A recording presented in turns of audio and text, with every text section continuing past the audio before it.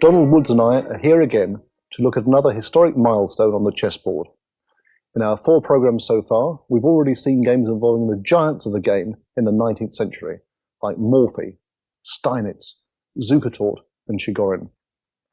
As the century draws to a close, we visit pre-revolutionary Russia.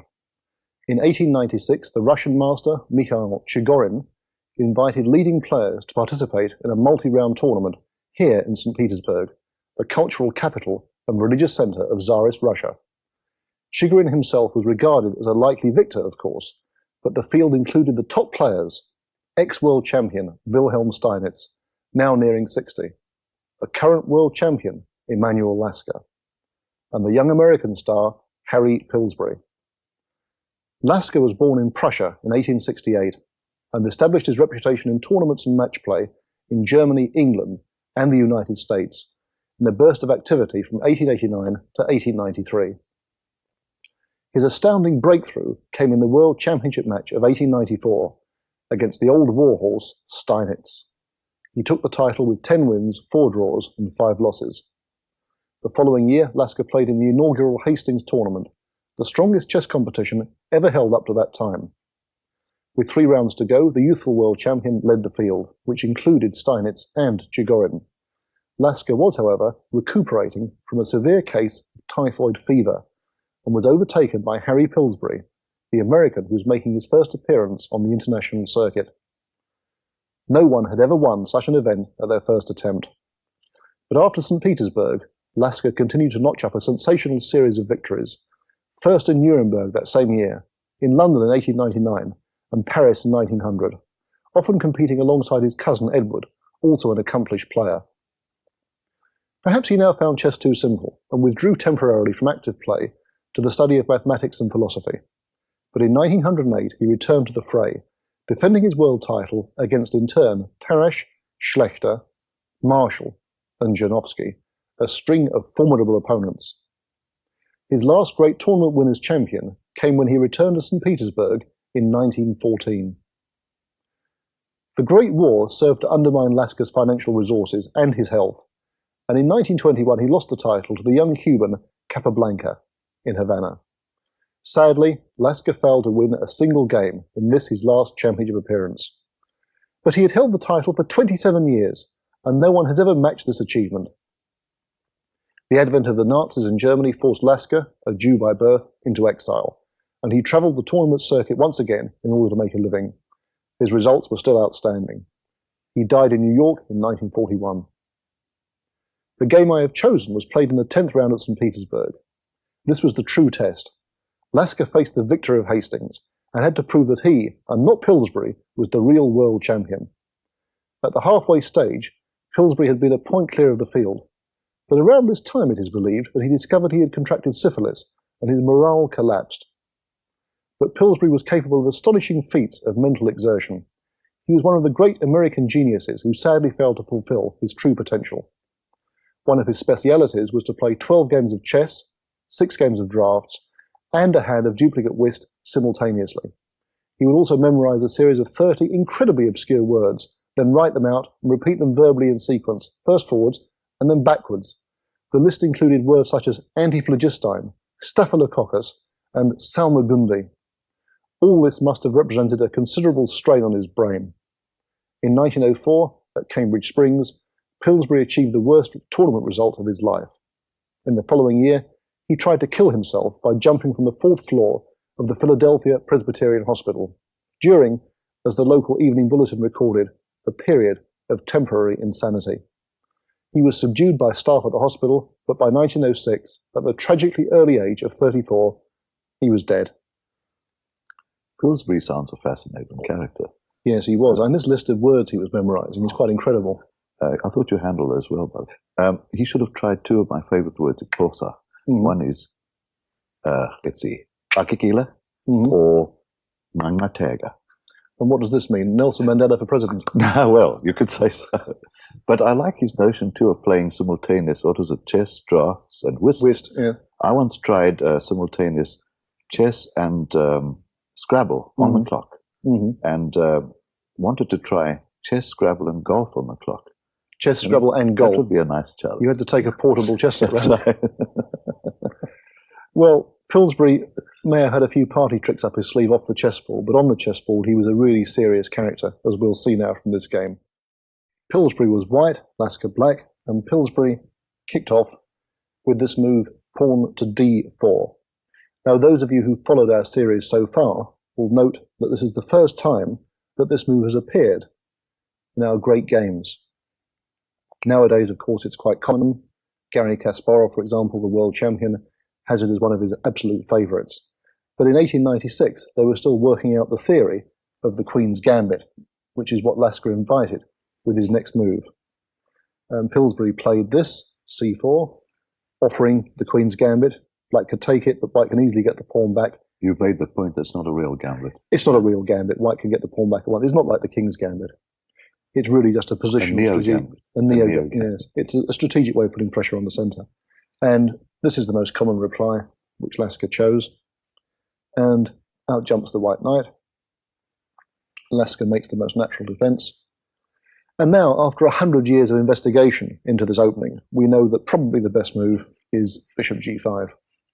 And I say probably advisedly, because in 100 years' time, they may have decided that the best move is something entirely different. A disaster. But this is the kind of move that Kasparov and the modern grandmasters choose. They put immediate pressure on the black knight, they pin the knight, they prepare, in some cases, to drop the bishop back to here and even to here, where it operates both on the king's flank and against the black queen's flank. Bishop g5 is the move that we play now. But in 1896, they hadn't elaborated the theory of this quite so precisely, hardly surprisingly, and Pillsbury chose this. There's nothing wrong with it, but it's not quite as sharp as bishop g5. Do you ever play the Queen's Gambit, Donald? No, I don't like it. You like the King's Indian, don't you? I love the King's Indian. I'm a King's Indian fanatic. Mm-hmm. Well, you're following the footsteps of Kasparov again, because when he's black, he nearly always plays the King's Indian. I'm in good company. That's right. So, back in the Queen's Gambit here, 100 years ago, and Lasker struck back in the centre. And the positions are now more or less in equilibrium. The fact that White hasn't played quite as accurately as he could has allowed Black to get in the game without too many disadvantages and maintain parity in the centre with his pawns. And now, at long last, Pillsbury played the move bishop g5. But perhaps not so effective here because Black can start to clear the centre. And Lasker took off. Pawn takes pawn on d4. And Pillsbury, who was an aggressive person, took back with the queen. He could also take with the knight. But putting the queen in the middle, the most powerful piece, bang in the centre of the board, was very much in Pillsbury's style. The knight hops out, attacking the queen, and the queen leaps over here, augmenting the pin against the black knight on f6. And Lasker parried that with bishop e7. And here, on the 8th move, very early indeed, White castled queenside. Well, at this stage, wouldn't you say White's in a pretty strong position? Yes, it's very interesting. I mean, more than just satisfactory. Yeah, and it looks pretty good for White. His pieces are more or less in play. He's got his queen in an aggressive situation. He's already castled. The rook's operating in the centre of the board. He's and on Black, the way. Black looks in some danger, yes. But it's very interesting that in the games we've seen so far, first 4 games, the attack has always triumphed. The player who gets the attack wins the game. Yeah. Now, what we're going to see here is the birth of something new, really, at top-level chess. It's the fact that the counter-attack can also have its say in the game. And although White's position looks dominating now, Black's position is not without resources. And it's these hidden resources that Lasker was an absolute genius at exploiting. I mean, I think the position is still probably in equilibrium. Both sides have their chances, both sides have their possibilities. But Lasker was exceptionally good in positions where the opponent was trying to attack him and he could strike back. But I think to the average club player, if you offered him the board as it is now, he would go for White. Right. I'm not saying I wouldn't either. What Lasker did was to play the queen here. And you see, Donald, the point of that is that the rook was on the same file as the queen. He wants to get out of the way. Bad news, yes. But also he's thinking that the queen might also attack the white king. So already Lasker's thinking in terms of counterattack. And now this little move, which allows the white bishop to come into the game. And Lasker played this. And you can see here that there's a kind of hangover from the Steinitzian lesson that we learnt last week, that although White's castle queenside already, he's already committed his king, Black is waiting. He's waiting with his king. Not so much because he's got ideas of attacking against the white king, this is still way in the future, but he is thinking, maybe I shall castle queenside too, maybe I shall castle kingside. I don't know. Keep the option. Yes, but first of all, I'm going to develop the bishop and see and wait, just get my pieces out and keep them flexible. And Pillsbury made a very good, sensible, safe, precautionary move. He moves his king one square to the left, and this means that the pawn on a2 is defended in case the knight on c3 has to somehow move into the attack. It's a useful thing to do.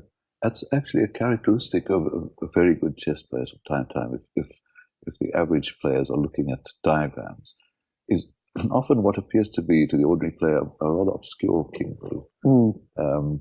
Seems to be an anticipation of the need to get him off that square well ahead of time. Yes, it can be useful both for attack and for defense. Yes, I mean the move is attacking in the sense that it liberates the knight, and defensive in that it defends the white pawn on a2. And often these little moves are so crucial to the further conduct of the game. They're storing up energy for some future explosion. And Lasker now, as we see so often, puts the question to the white bishop. Now, it's a kind of sham attack, because Black isn't threatening to play h6 takes g5, because the white queen would zap the rook on h8, absolutely. So there isn't an immediate threat, but for the future, there's this niggling thought that White must sooner or later decide what to do with the bishop on g5. And Pillsbury kicks off by trading pawns in the center of the board. And Black, not unnaturally, recaptures. And now he advances his knight, placing it on a very strong central square. It's a position where the knight can't be molested by black pawns. It's a good solid square for the knight. And now, at long last, Lasker decides that castling kingside is the right thing to do. And now, of course, there's a threat. Now that the rook's moved from the h8 square, the threat is to play Take h6. the bishop. Yes. Exactly. Yeah. And would you be tempted perhaps to sacrifice the bishop, Donald? Is that the sort of thing that happens in your game? I certainly wouldn't, Ray. No, I certainly wouldn't. I'd get right out of the area. Well, in fact, Pillsbury didn't sacrifice the bishop, but sacrificing the bishop must have occurred to him, because it strips away all the pawns around the black king, and Lasker must have had to calculate that very carefully before deciding whether it's worth it, whether he could castle or not. And another move that's worth considering is moving the bishop here. But probably he was scared that now the black bishop on e7 is somehow in line with the white queen, and this could be annoying. So after Black moved, what Pillsbury did was to eliminate a defender. He took it off. And, of course, Black must take that with the bishop. Taking with the pawn doesn't even come into consideration. Now those bishops, both those diagonals. And the white queen came to h5. And looking at the position now, we can see that White's in a very aggressive position still. He's got a lateral sideways attack against the black pawn on d5. And the queen is also hovering menacingly around the black king. So I think Pillsbury must still have been thinking that good things were going to happen in this position. Also, there's another threat. He's got the threat of perhaps moving this knight away to here, attacking the black queen, and now the white knight on c3, the rook, and the queen all hit the pawn on d5. And don't forget that Pillsbury was leading this tournament, Donald. He must have been feeling pretty confident at this stage in terms of his chessboard prowess. And I think he probably felt he had the initiative here. He'd tend to be thinking more positively at this stage.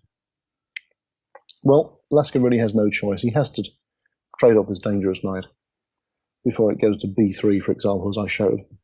And white, of course, has to take back. And the pawn on d5 is attacked. Lasker must defend it. And now, on the 16th move, white starts to bring up his reserves. f4. Well, now. Looks like white's got an attack still, doesn't it, Donald? Yes, indeed. I mean, the one threat is to push the pawn onto f5. Yes. Very dangerous. Yes. And then another threat, not to be underestimated at all, is to put the pawn on g4. Yes. Supported by the pawn on f4, and go to g5. Yes. And just blast away at those defences around the black king. Well, I mean that looks to me fine, but I know from experience and the look on your face that that's bad news for him, isn't it? No, f4 is the move of someone who thinks he's winning. That's right. Pillsbury thinks he's winning. And this is, as I said before, now we start to see the real contribution this game makes to the science and art of chess. That a man who's been under pressure the whole time, traditionally up to this point in chess, the man under pressure, the man being attacked, usually crumpled. And if he won, it was because the other man overpressed his attack. It was very unusual for someone to deliberately invite the attack, knowing in his own mind he had a sufficient counterattack that would blow it away. And what we see now is something quite extraordinary and remarkable. And it's a game, what Lasker now does, even now, having played over the game 100 times, I still find it difficult to see how a man could have invented the amazing conceptions that now come. And he starts with this, rook to c8. Does it answer the threat? No. No. And Pillsbury played it. He pushed on the pawn. And Lasker sacrifices rook for knight. Now, Pillsbury didn't like the idea of taking that back, because when the black queen captures on c3, something like this. Yes, it's very, very exposed. His king is dreadfully exposed. Yes. He didn't like that. And one can understand that. So let's put the pieces back. What he played was this move. Pawn takes bishop. So material still equal, but white is prosecuting vigorously his own attack against the black king. And you'll see that very aggressive pawn on e6. The bishop on f1 is going to come to d3 in a minute. And the black rook on c3 is still attacked. Yes. And now Lasker plays a move. I mean, I just can't believe what he does now. It's so utterly incredible. Pillsbury must have fallen out of his chair when he played this next move. He played his rook from c3 to a3. What a move. Yes, it's extraordinary. Pillsbury refused to take the rook. The person he's saying, no, you are going to take my rook. I am forcing you to take my rook. What can he do? The threat is to take the pawn here. Often you hear of a poisoned rook. A poisoned rook. He's threatening to break through like this and just smash white beyond belief. So something's got to happen. Yes. Well, Pillsbury, I mean, he doesn't have any choice. But first of all, I think he wanted to show he still had some free will in this game. He took off here. He takes f7 check. And black took back. Rook takes f7. And now he has no choice. He must take off the rook. And the queen goes here, check. Now, if the white king tries to escape on the c file, the black rook can come across to c7, check. And white will be hounded to his doom. And A is horrible. Yeah. Yes. And if the white king goes into the corner like this, black can play bishop takes pawn on d4 check. And ultimately the queen and the rook combine to force mate. But Pillsbury still thought he had a defence. Remember, he's a whole rook up. So what he does is he sticks this bishop in the way. This is a brilliant defence. I mean, one of the things that makes this game so wonderful is the incredible depth of Pillsbury's resistance, that he's also finding tip-top moves. Why is he feeding that bishop, or does he have no choice? Well, the point is that when black takes it, check, and he now moves the king in the corner, Oh, then he's He's then deflected the queen. That's right, from that dive. From the d4 pawn. Yeah. I mean, right. An amazing piece of defense. Yes. But now the attack. Now Lasker isn't a rook down anymore. He's got a bishop for a rook, so this isn't quite such a heavy material deficit. He plays this rook c7, bringing over the piece for the attack. And Pillsbury starts to defend like crazy. He's going to reinforce that d4 pawn. If he can hold the d4 pawn, he may still hold the game. And up comes the rook to c4.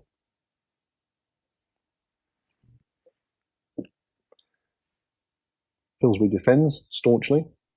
And now, having got the rooks where he wants them, passive, Lasker plays this, rook c3. And you see the incredible thing that this rook is following the path of the previous rook. The previous rook was also on this square. Now the other one is taking the same path. Yes. Well, Pillsbury tried to get his queen back to the defence.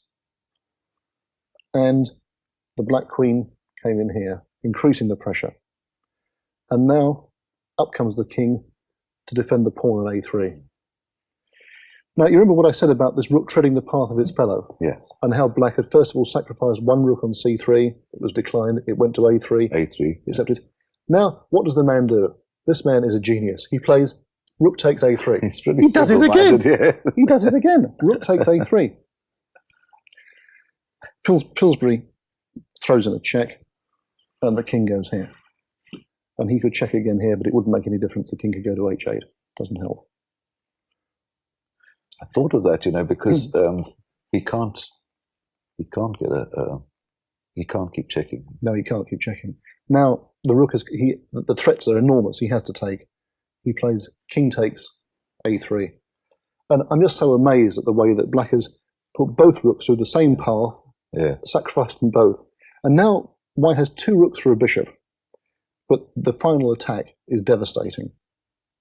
Queen c3, check. And watch closely how this happens. King goes to a4.